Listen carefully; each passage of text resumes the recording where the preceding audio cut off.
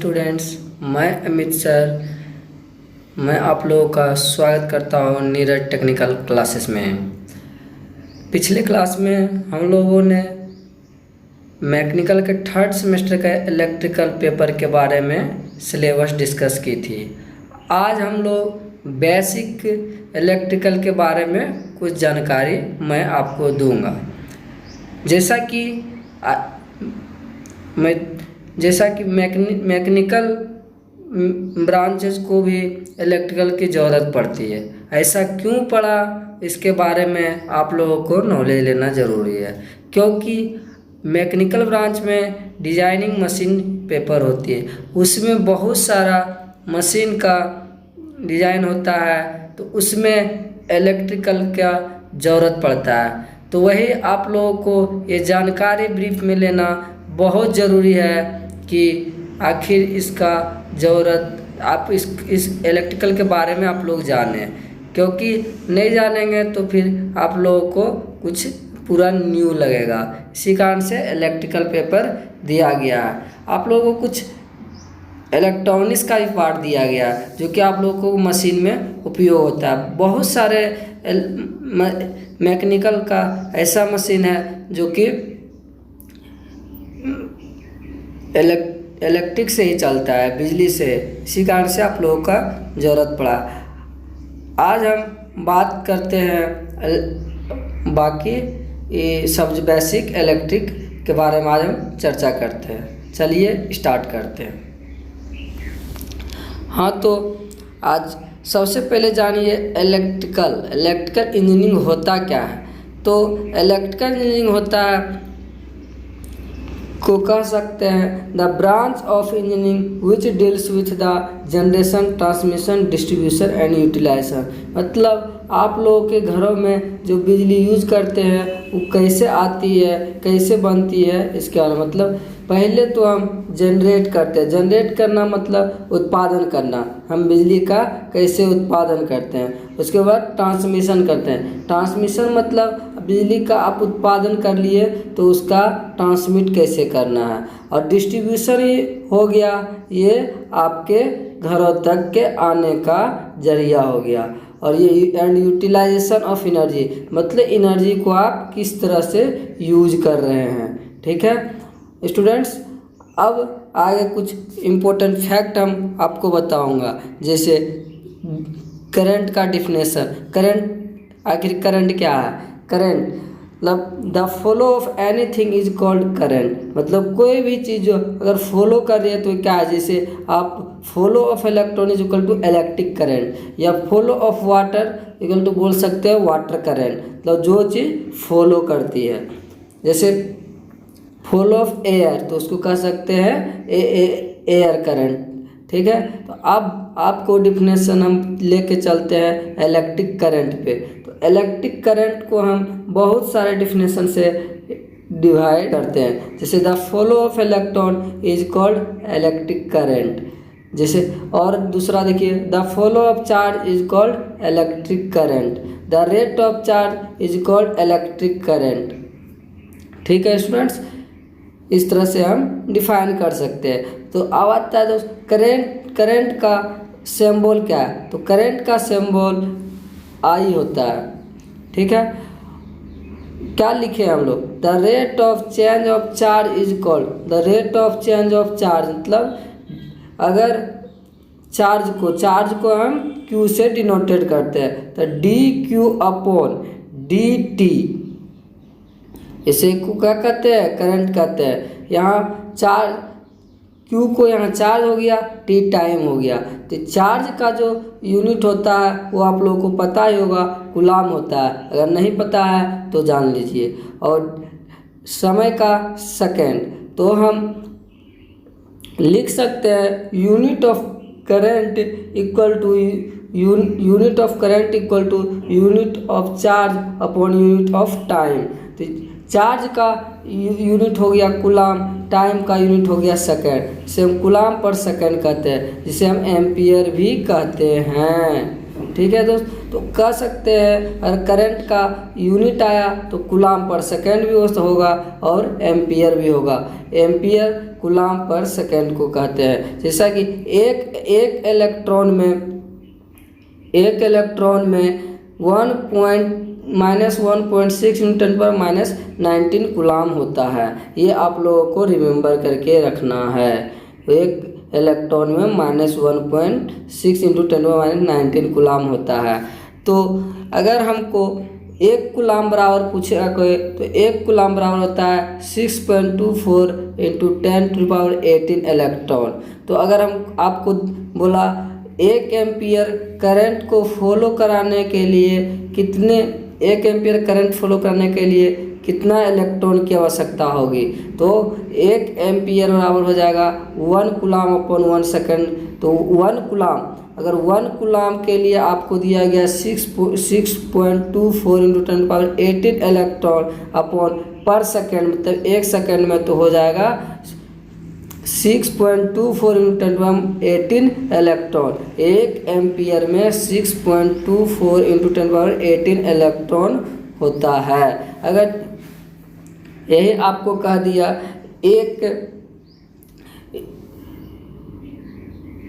2 coulomb पर second बराबर कितना एम्पियर, तो हो जाएगा आज जैसा कि आप जानते हैं तो हो जाएगा I बराबर dQ/dt।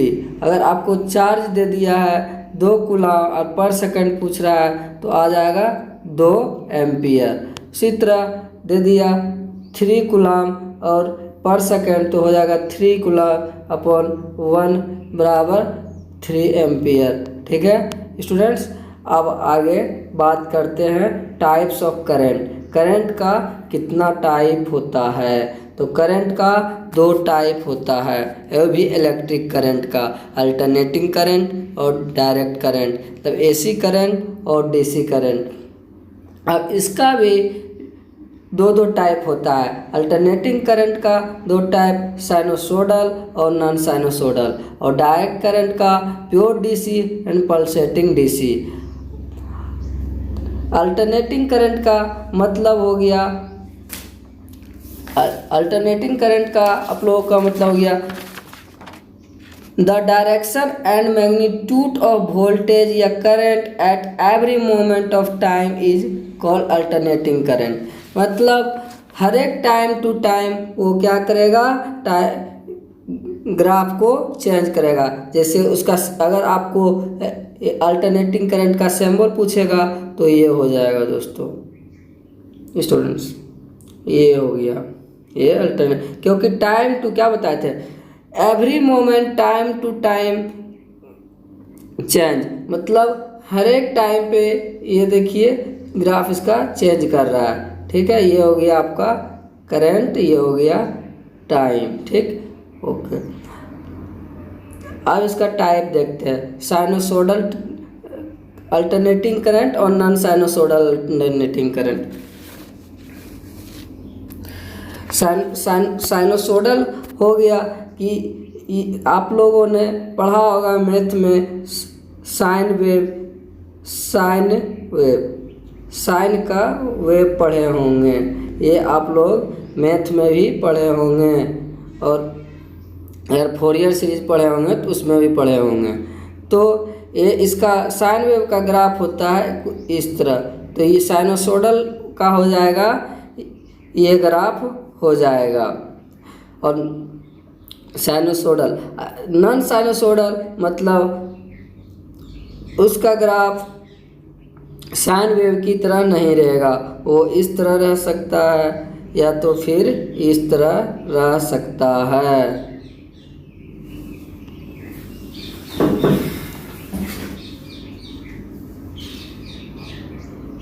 इस तरह रहेगा। और कोई भी ग्राफ हो, जैसे इसे कहते हैं रेक्टेंगुलर ग्राफ या स्क्वायर ग्राफ, इसको कहते हैं ट्रायंगुलर ग्राफ। तो ये हो गया आपका स्क्वायर वेव, ये हो गया ट्रायंगुलर वेव। और साइन वेव के अलावा कोई भी अदर टाइप का ग्राफ दिखे तो वो नॉन साइनोसोडल ग्राफ हो जाएगा, नॉन साइनोसोडल एसी करंट हो जाएगा। अब आते हैं डीसी करंट में। तो डीसी करंट में का तो सबसे पहले सैम्पल देखिए आप, इस तरह होता है। कहीं भी ऐसा लाइन दिख जाए वो समझ जाइए डीसी लाइन है या डीसी करंट है।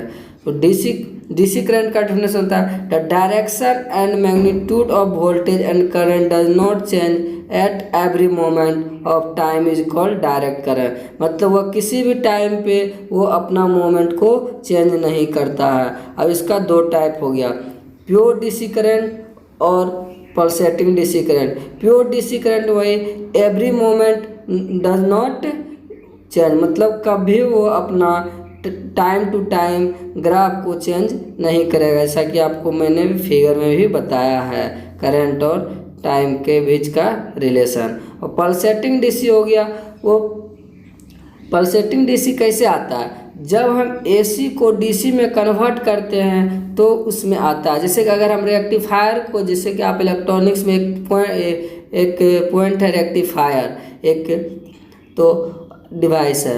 अगर आप रेक्टिफायर का एक काम क्या है, वह एसी को डीसी में चेंज करता है। अगर वो एसी को डीसी में चेंज करेगा तो ये हो गया एसी। इसको जब वो डीसी में चेंज करेगा तो कुछ पल्सेटिंग टायर रह जाता है, पल्सेट रह जाता है पूर्ण रूप से, जैसे या निगेटिव में रहेगा या ये सिर्फ पॉजिटिव में रहेगा या तो फिर वो सिर्फ निगेटिव में रहेगा। ठीक है, तो उस पल्सेटिंग डीसी, उसे ही हम पल्सेटिंग डीसी कहते हैं। ये पल्सेटिंग डीसी को ख़त्म करने के लिए हम फिल्टर का यूज में लेते हैं। अगर फिल्टर को हम यूज में लेंगे तो पल्सेटिंग डीसी ख़त्म हो जाएगा। अगर आप एसी से डीसी कन्वर्ट कर रहे हैं तो रेक्टिफायर लेंगे। अगर प्योर डीसी लेना है तो रेक्टिफायर, उसके बाद फिल्टर लगाना पड़ेगा। ठीक है स्टूडेंट्स, आगे चलते हैं। अब आप, जैसे कि मैंने अभी आपको बताया था अल्टरनेटिंग करंट, डीसी करंट, तो वो सब का डिफिनेशन आप लोग जान लीजिए। जैसे देखिए लिख लीजिए क्योंकि आप लोगों को काम है। अल्टरनेटिंग करंट मैंने बताया था आप लोगों को, the direction and magnitude of voltage या current at every moment of time is called alternating current. मतलब हर एक टाइम टू टाइम वो क्या करेगा, चेंज करेगा। ठीक है, तो वो हो जाएगा अल्टरनेटिंग करंट। या देखिए ग्राफ, फिगर में दिखाया, फिगर से भी ग्राफ से समझिए। इन एबव ग्राफ, ये जो ग्राफ है, direction change and magnitude and also change, so it is called alternating current. देखिए यहाँ से पहले देखिए जीरो से स्टार्ट हुआ, पहले मैक्सिमम गया, मैक्सिमम के पॉजिटिव से फिर वो निगेटिव में चला गया। मतलब हर एक टाइम टू टाइम यह चेंज कर रहा है और मैग्नीट्यूड भी इसका चेंज कर रहा है। इसी को हम कहेंगे अल्टरनेटिंग करंट। अब डीसी करंट के बारे में बात करते हैं। The direction and magnitude of voltage and current does not change at every moment. या किसी भी टाइम पे ये चेंज नहीं करेगा, जैसा कि ये आप देख सकते हैं। एक एकदम फ्लैट लाइन मिलेगा, से डीसी करंट कहेंगे या डीसी वोल्टेज कहेंगे। ठीक है, अब आते हैं पल्सेटिंग डीसी। तो pulsating DC, when magnitude of voltage and current change but direction does not change then it is called pulsating current. ये अपना वोल्टेज और करंट तो चेंज करेगा बट ये डायरेक्शन में कभी चेंज नहीं करेगा। अगर ये पॉजिटिव में जा रहा है तो पॉजिटिव में रहेगा, निगेटिव में जा रहा है निगेटिव में रहेगा। अगर ये पॉजिटिव का मतलब हो गया, ये हो गया आपका करंट, ये हो गया आपका टाइम, ये पॉजिटिव में, ये मतलब कभी जो है डायरेक्शन चेंज नहीं करेगा, ये पॉजिटिव में रहेगा। पॉजिटिव, ये हो गया ऊपर को कहते हैं पॉजिटिव पार्ट। ये आपका हो गया, ये हो गया आपका निगेटिव पार्ट, ये करंट हो गया, ये टाइम हो गया। ठीक है, तो ये पल्सेटिंग डीसी में जब भी रहेगा या तो ये पॉजिटिव में रहेगा या ये निगेटिव में रहेगा। इसी प्रकार से अगर बताया भाई आपको मैंने रेक्टिफायर का use AC to AC to DC में करने के लिए लेते हैं। वो जो AC टू DC होता है उसमें कुछ पल्सेटिंग रह जाता है, वो पल्सेटिंग को ख़त्म करने के लिए प्योर DC बनाने के लिए हम फ़िल्टर का यूज लेते हैं। ये इलेक्ट्रॉनिक्स का पार्ट है, उसमें आप लोग ज़रूर पढ़िएगा, अगले सेमेस्टर में आप लोगों को पढ़ना है। Thank you watching this video. Like कीजिए, सब्सक्राइब कीजिए, शेयर कीजिए अपने दोस्तों के साथ। ओके।